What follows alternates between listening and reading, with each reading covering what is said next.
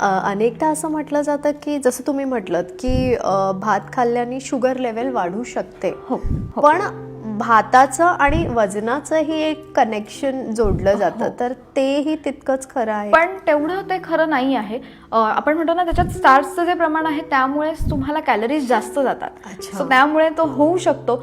पण काही आता जसं काही जण, जसं तू म्हणालीस की तू प्लेटभर भात खातेस, पण त्याने थोडी असं काही होत नाही. पण तुला तो आवडतो आणि तो तुला सात्म्य आहे. प्रत्येकाची बॉडी वेगळी आहे.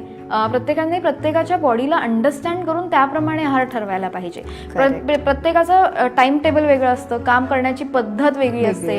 एखाद्याचं बैठं काम असतं, तर एखाद्याचं खूप श्रमाचं काम असतं, दिवसभर साईट वर्क असतं. सो त्याला आहार वेगळा लागणार आहे आणि बैठं काम असणाऱ्याला आहार वेगळा लागणार आहे. सो प्रत्येकाने आपल्याला जी गरज आहे शरीराची तेवढी जी भरते की नाही एवढं तरी बघणं गरजेचं आहे.